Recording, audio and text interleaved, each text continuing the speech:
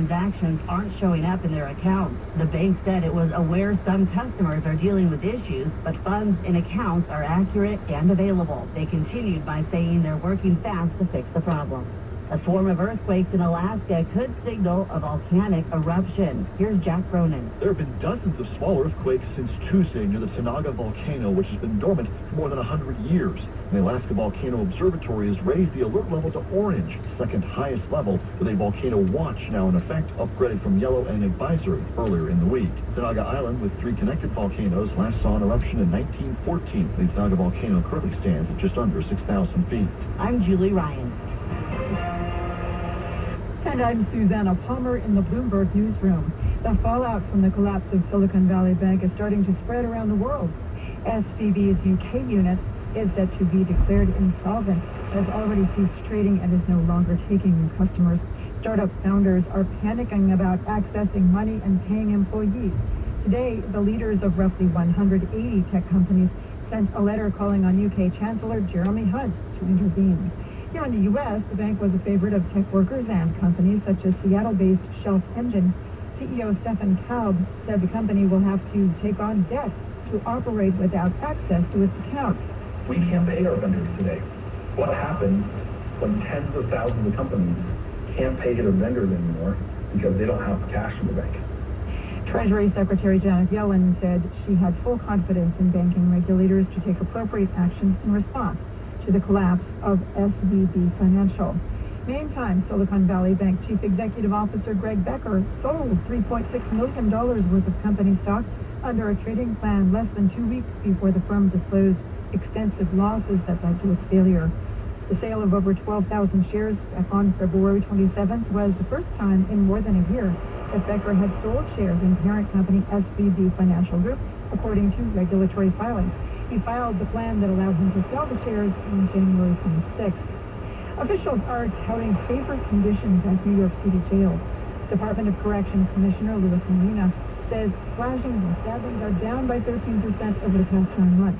Last month saw the lowest number of slashings and stabbings since January of 2022, and so far this month, these incidents are down by 52%. He adds assaults on corrections officers are down by 42% compared to last year.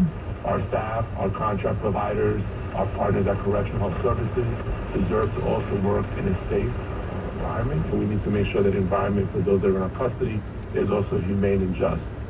Molina attributes the improvements to increasing search operations and making infrastructure improvements. The Ymca is rolling out a new fleet of subway cars.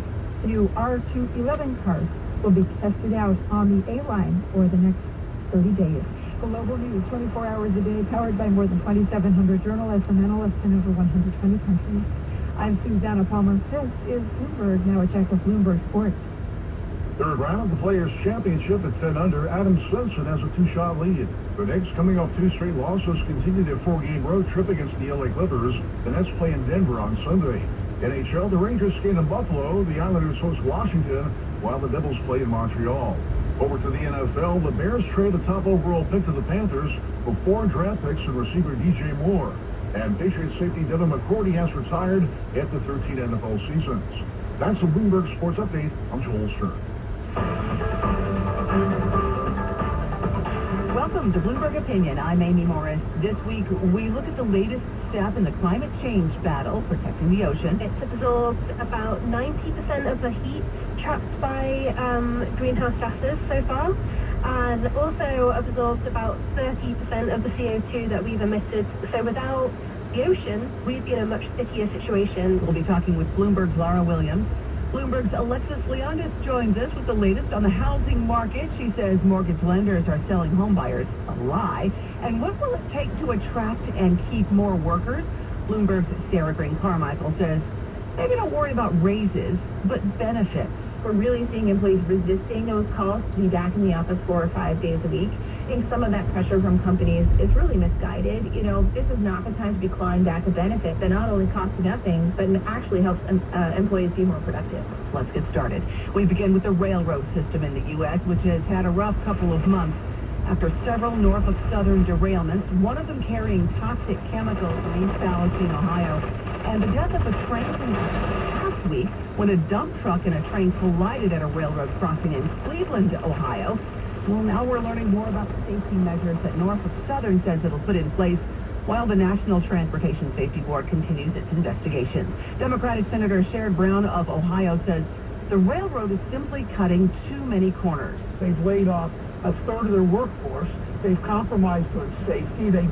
The workers don't have enough time to do the thorough inspections they should do. But there's another part of the story, too. The railroad itself usually doesn't own those rail cars. Those are often private owners like shippers.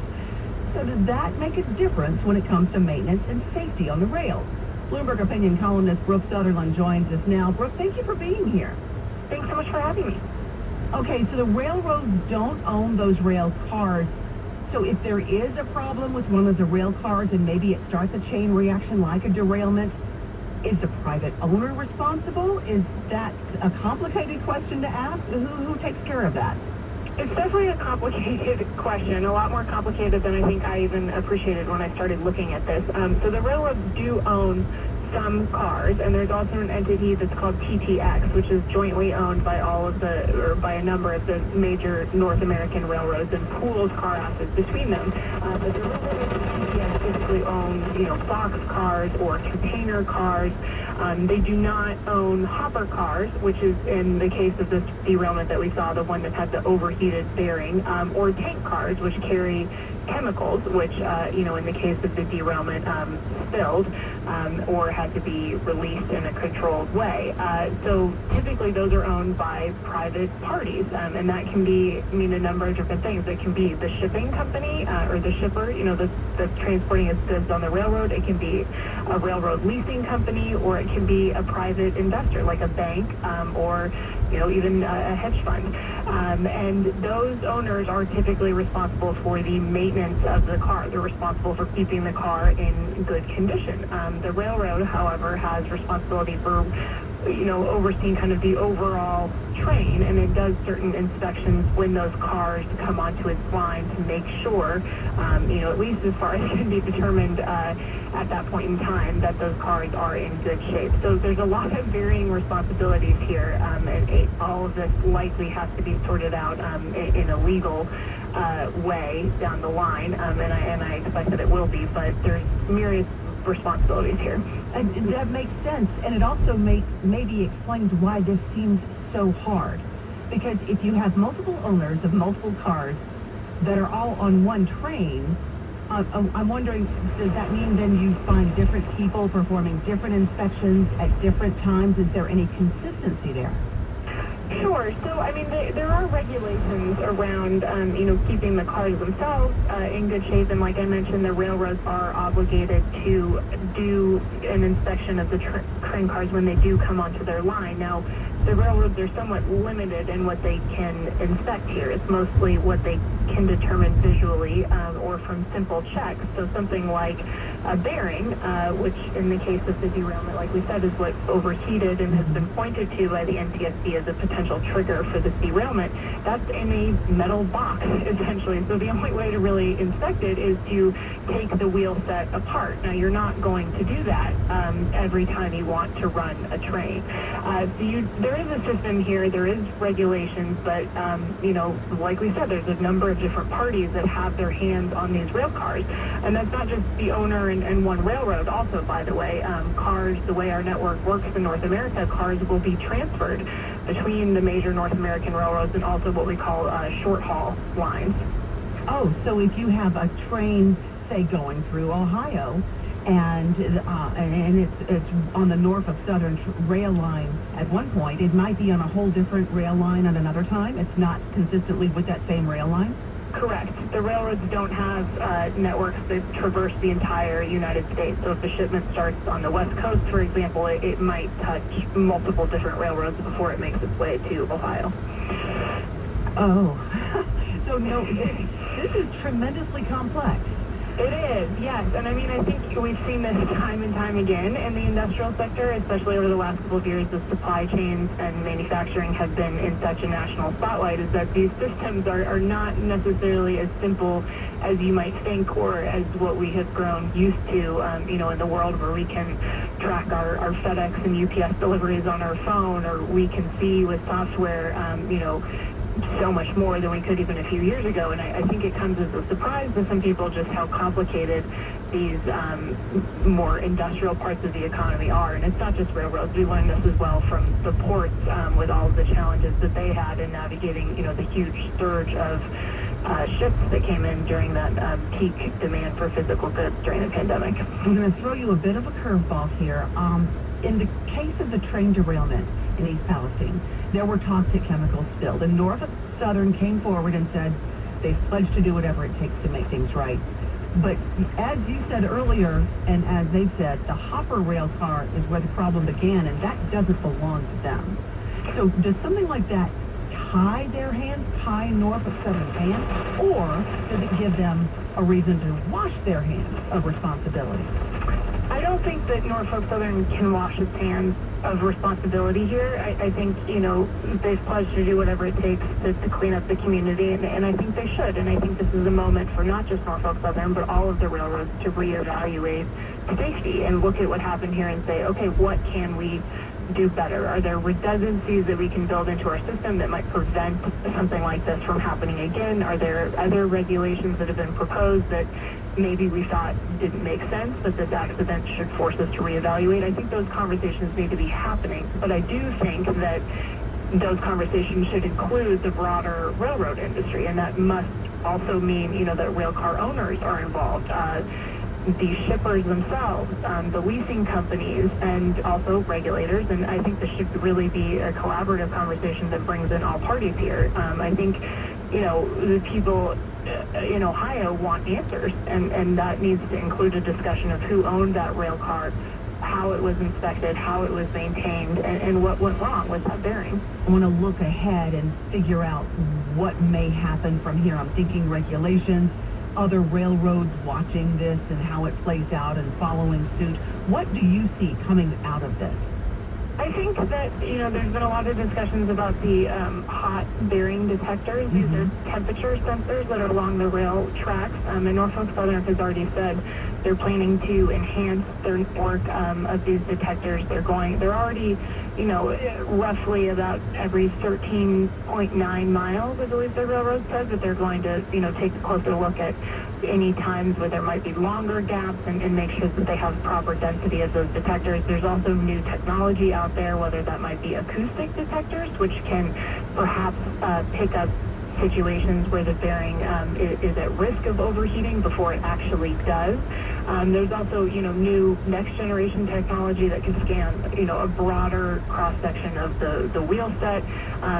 There's a lot of things that could be done potentially that might make this network of detectors slightly more robust. I should point out also that this is not something that is currently regulated. Railroads install these detectors voluntarily, and they have discretion over how they deploy them. So perhaps this is something that needs to be crystallized at the government level, and I think that's where, a lot of the discussion is, and at this moment, and that probably seems like the most likely at this point. I know that there's been a number of different proposals that have been put forward, and as far as anything else, it's somewhat difficult to handicap at this point. But, certainly it seems like the rail industry is going to stay in the spotlight and needs to have some serious conversations about safety. So beyond regulations and those conversations, new technologies to help people stay safe.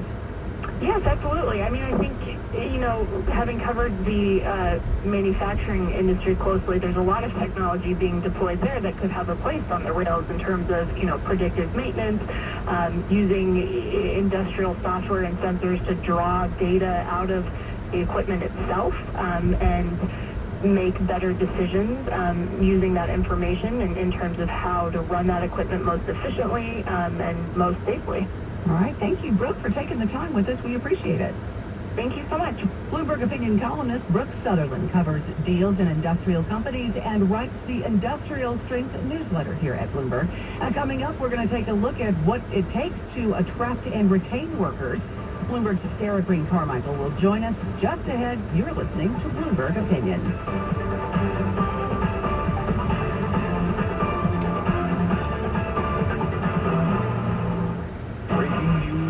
Panic is spreading in the global markets about Silicon Valley Bank, the failed SVB bank, dragging down the sector. They're a smaller bank in America. They're worried for a lot of reasons. The FDIC said they will move to protect insured depositors of Silicon Valley Bank. I think there are going to be issues here for regulators to look at. People are beginning to ask, will there be a white knight, and what bank is next? For continuing coverage and complete analysis, today with Bloomberg 1130.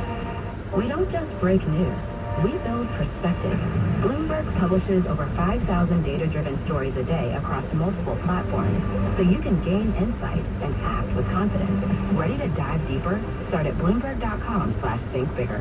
Change can be disruptive, but at Bloomberg, we think bigger. Our sell-side solutions combine trading and automation with market-leading data, so you can evolve, scale, and embrace change. This is Bloomberg for the sell side. Visit Bloomberg.com/sell-side. Let's have let people pedal this bike. Interval. Burn. Smoke, burn. Woo! Performance is more exhilarating on a real road. Introducing the Audi Q5.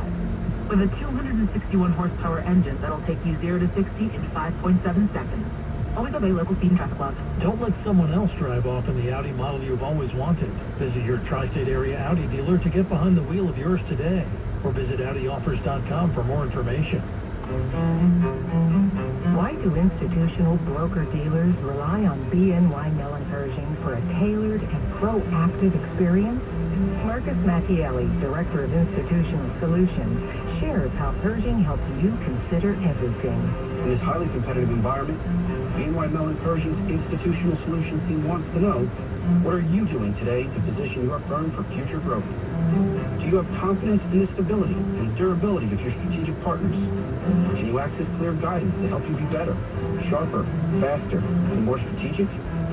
Whether it's clearing, financing, collateral management, securities lending, or global trade execution, BNY Mellon and Pershing are committed to meeting the evolving needs of institutional firms. To learn more about the unique and industry-leading solutions for broker-dealers, visit Pershing.com.